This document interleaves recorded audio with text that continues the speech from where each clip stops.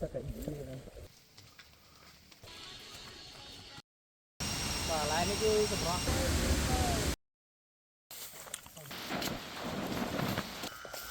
cái bằng mía tàn tạo đúng không để mà chết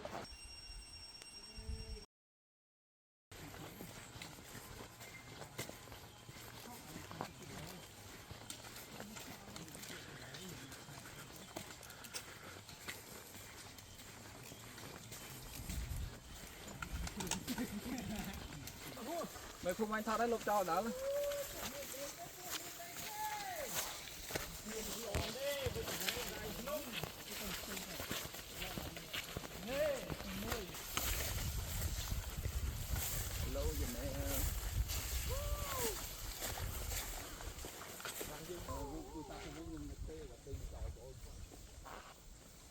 tìm phó ban chung sắt ơi hello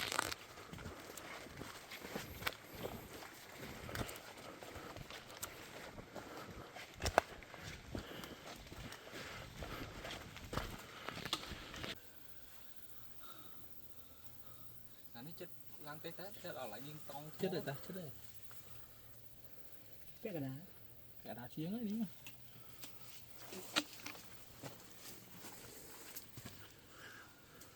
nó hoặc là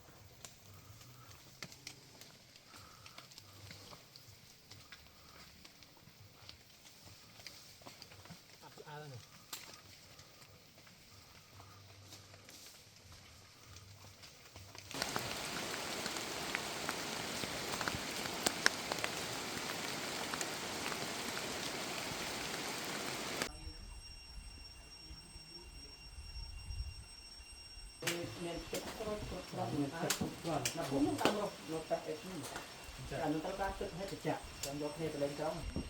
Cromต้นจะชวดดดเลยแต่ดดเลยนั่นเป็นดดมาใช่จะแต่ดดวิตรอยนูมานูมั้ง chia thêm một hố à chia thêm một hố này cái số bảy thêm hố mà chia lên nhá chia ngay na ban mà thêm hố đấy thêm hố mà chạy xa này à ra đẹp đấy anh chắc đây đó sẽ yêu được kiếp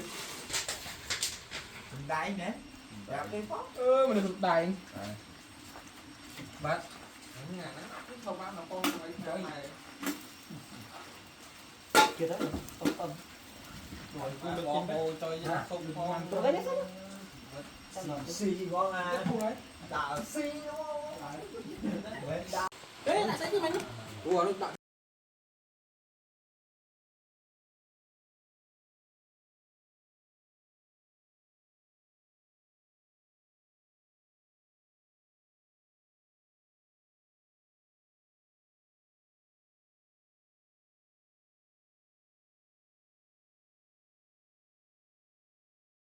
em thích chọc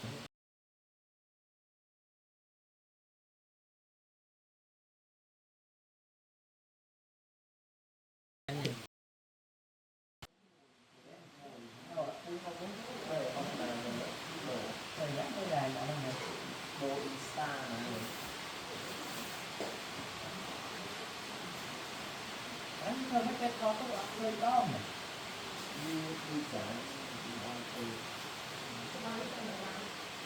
qua lúc lá đâm nè lúc lá nó lơ nó phơ cái con trong thái đè đấy mấy con này con lúc lá này là lại bán nó chạm máu tôi dắt vô thế giờ con mảnh đấy thế nó nhát đi lại phần lơ khơi đấy khơi được trai pro lắm làm cái nước rồi ăn bên anh xanh con cầm rạng tay như này xin lên tay cô ây da nó còn thốc nó còn áo à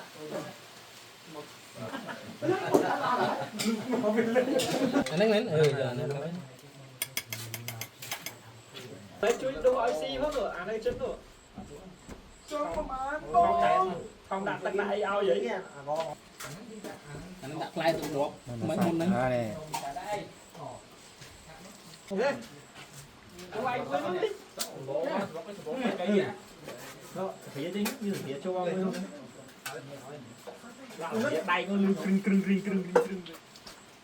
không có coi tặng lại xi chứ mày ăn mới sạch mà mơ lên rồi coi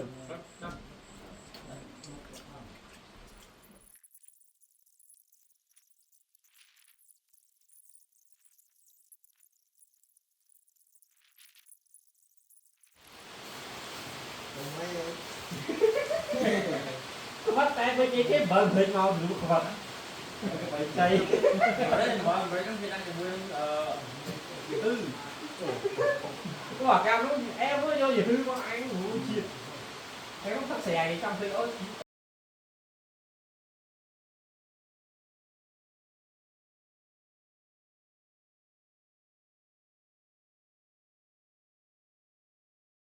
nó cho nó đi không biết Movie day people.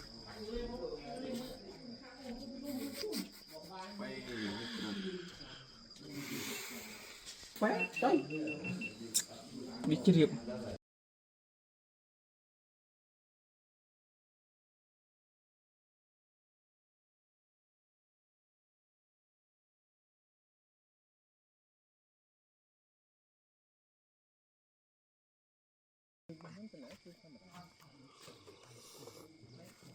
What's up, guys? Welcome to our day 2. This morning we got miso.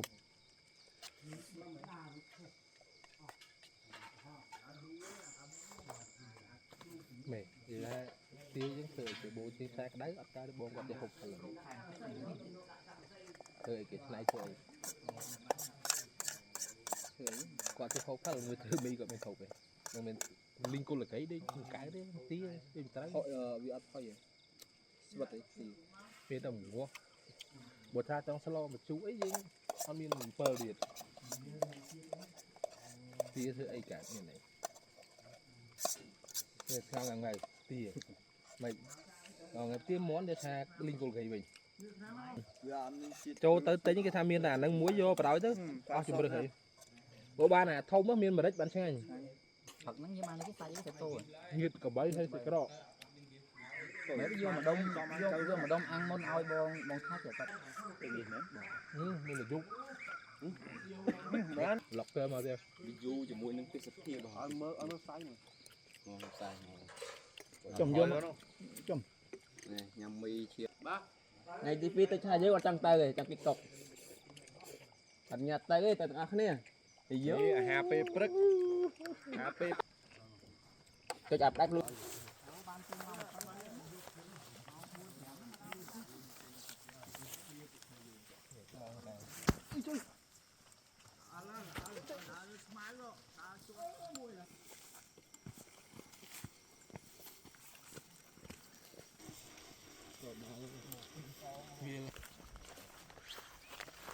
Yo, what's up with the Today we are going to Chayong waterfall. Our target is today is 24 kilometer, 12 kilometer in and 12 kilometer out. I want to film my yesterday since it was raining too much. Great. Look at the view.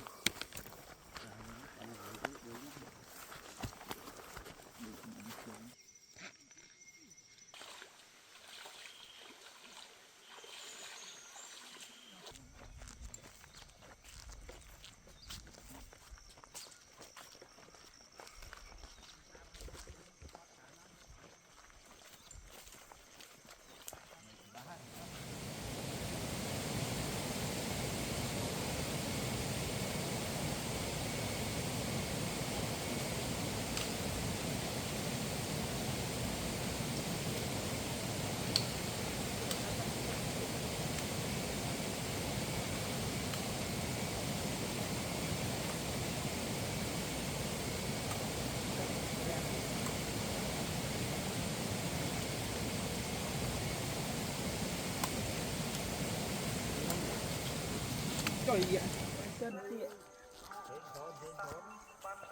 chuyện này biết hai đợt ra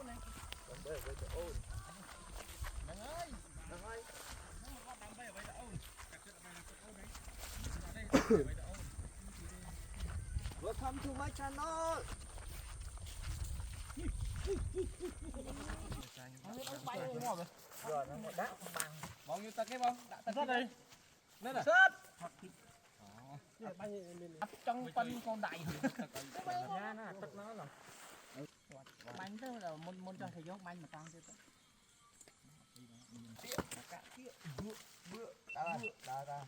ok tía check Cả tía.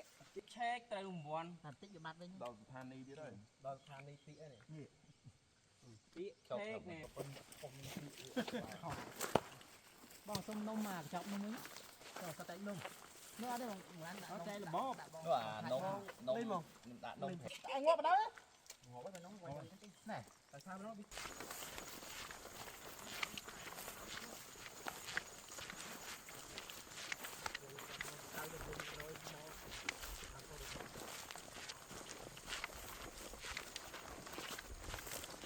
cho phi nắng tới. Đây. Triêm. Nhưng sẽ biết đăng tìm luôn hai á. Triêm.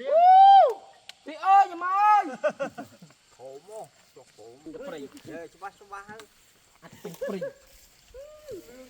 Ăn tí móc ba. Dương cầm á cất hướng mau với nhưng cất hướng đó. cũng khá trọ đó xin Tầm màu buôn tầm lá của ba.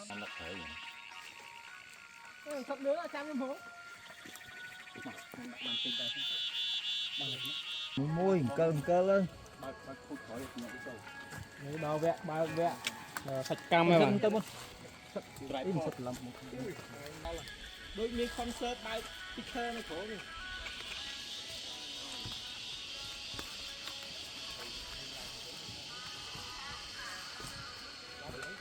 cho vào máu lao với cái là màu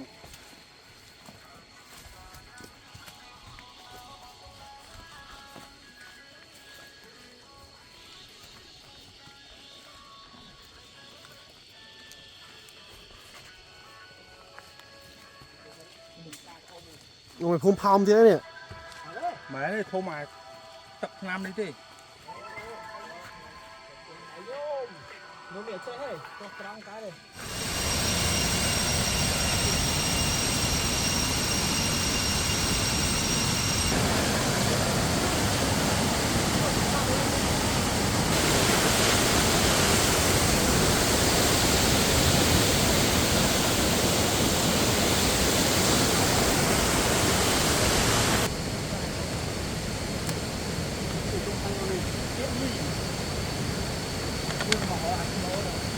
năng ngôi đai mình lên bài thôi mình còn lọt đó nó hết làm vô một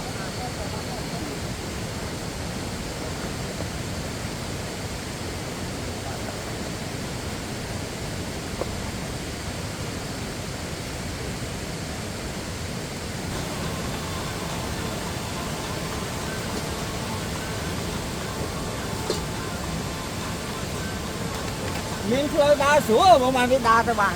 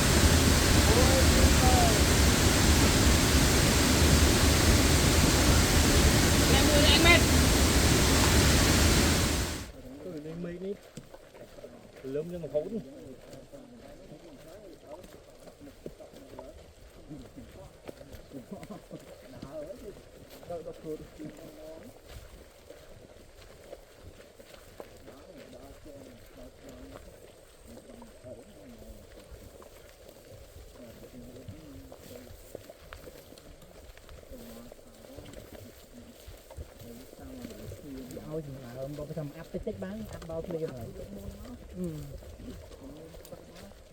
Đây áp bao mình crack hàng sắc cái gì này. Dục tích đi.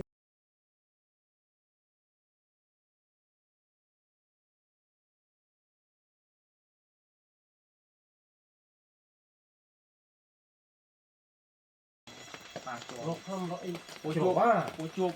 Ở đây, lấy xua mà răng thế này, plei dương đai tới thay vô cái lại dương chụp miên đai cái tuột đến cái hai cái thì một chân hay vua chỉ một chân đó ta đo ấy cái bạc thì ấy. Chỉ một chân nó đây là mọ rồi. Đây là mọ đây là tia kia đấy. Mà tay một đau chỉ một chân. Chỉ một chân. Nào một chân. Ấy ban ta đo lại plei trong tay lại đến cái hai kìa lại plei trong tay lại đi mua này hơn vậy. Ở đây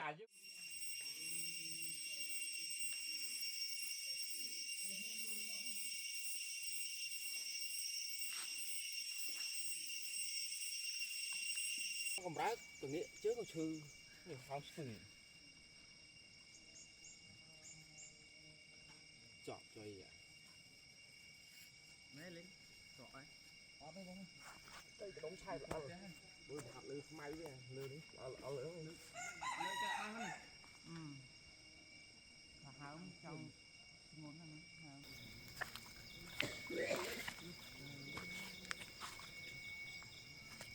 Yo, welcome to our day 4. So this is our day 4 and now we are at Knong Sumper. So our plan today we are gonna hike to Knong Ville. It's around 20 kilometers. Look at the view behind me. Dang.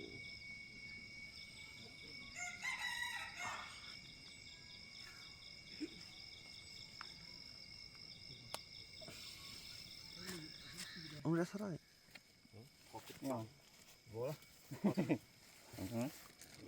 Trùng lẩu. mèo thằng món đi ra bây giờ thằng thầy bị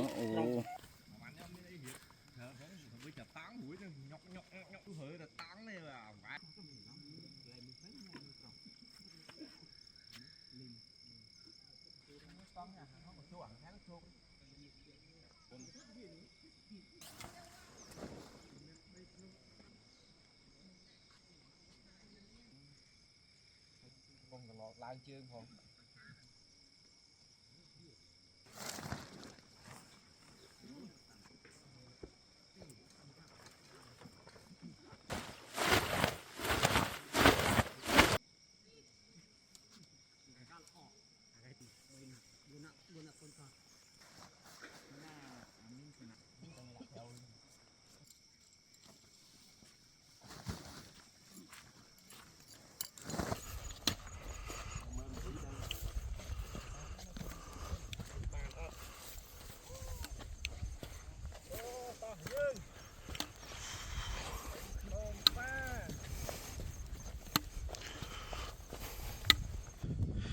Yo, it's about 20 minutes hike.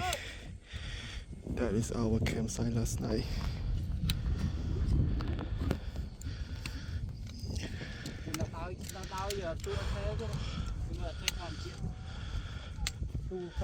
Look at the view, man. We're up in the sky.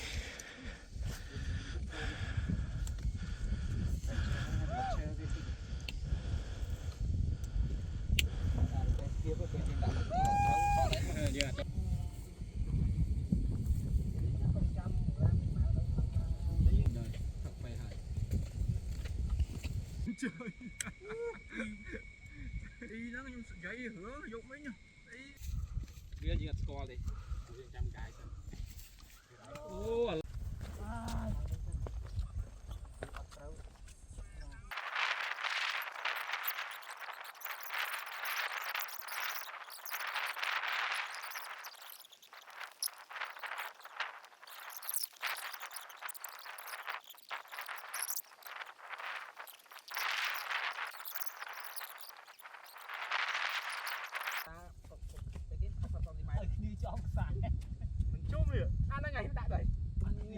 không ơi xui dạ nó vâng làm vô đây mưa nó đi đá lừa bột bột thế nè tôi lạo luôn thôi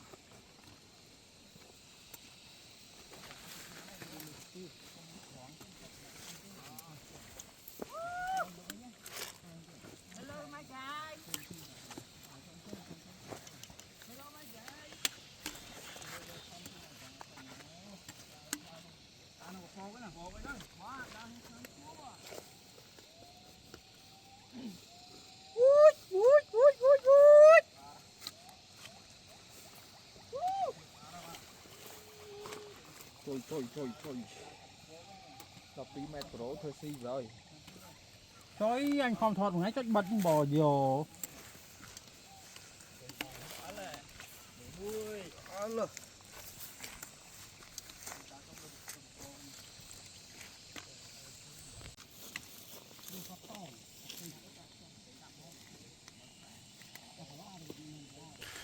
We've been walking in the forest.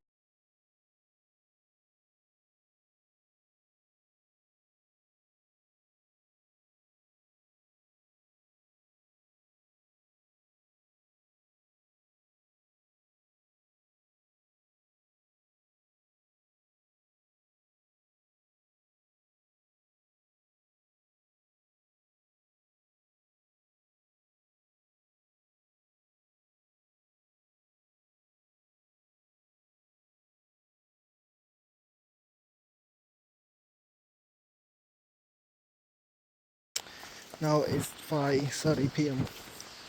and we are still in the forest, deep in the forest, and the sky getting dark. Oh shit!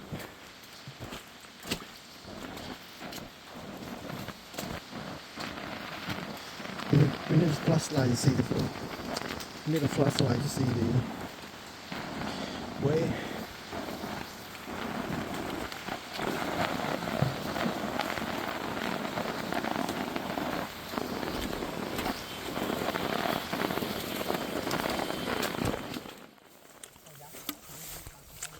The sky getting dark now, and we are still on our way going to Phnom. Our expectation is getting there around 7 p.m.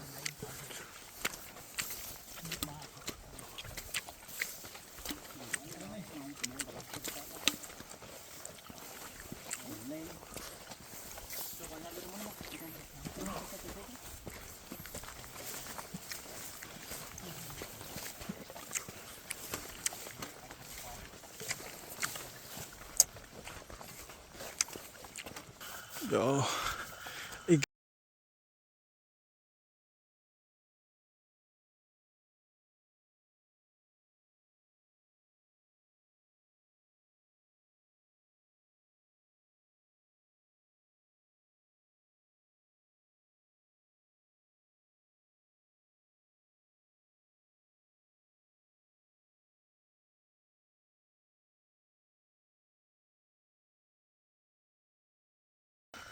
it's my first time hiking in the night.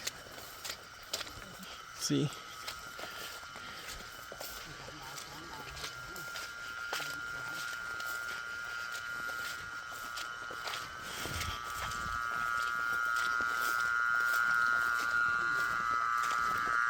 You can hear the sound of the frog.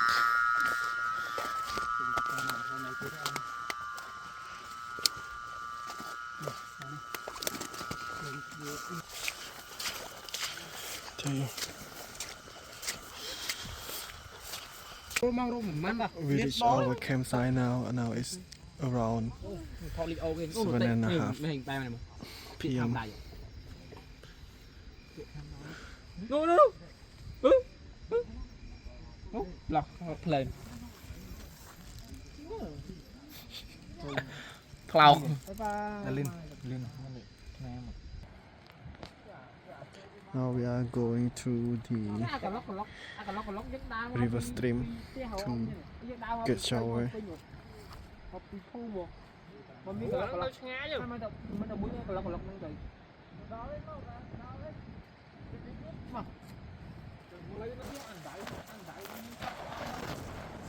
ใครมาปีโขงได้บันมีอันใดđúng không để mà chếtโขงนั่นแน่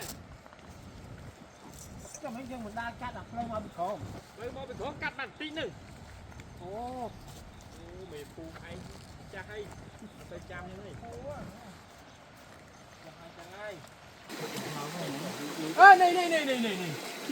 này ai sắp chơi nhau này với nhỉ làm con tư bị tới phá đất rồi về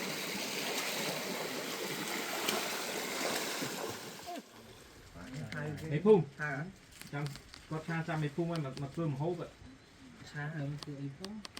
cha xong na bay chăm bay cái rương tư hai được cái vlog đó mà pơ lên mày lòng cay với lòng đồng trung đi lòng thạc không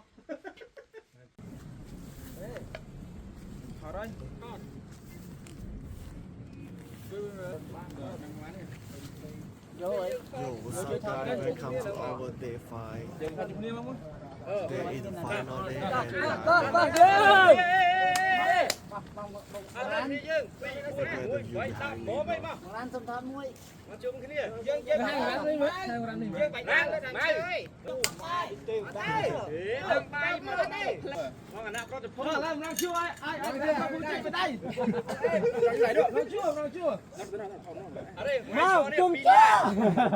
nè chơi đi tí nè ô sợ nè chụp chơi đá chơi speed cái lông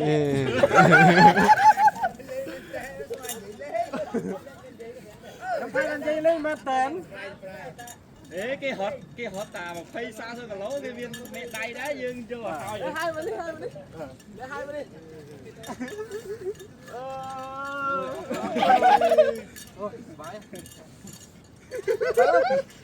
mau ơi mẹ đại trà đang mau nè ở đây mày chạy tao đi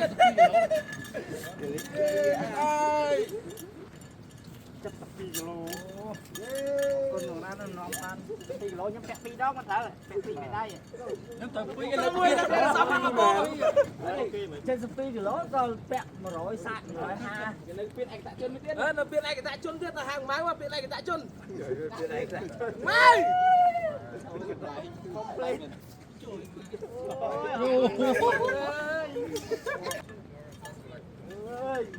đa là ô anh đi miên là ô cái đạn so giờ so thay luôn rồi thơ biến lên cân trâu lắm đấy kết kết đấy nè vâng bỏ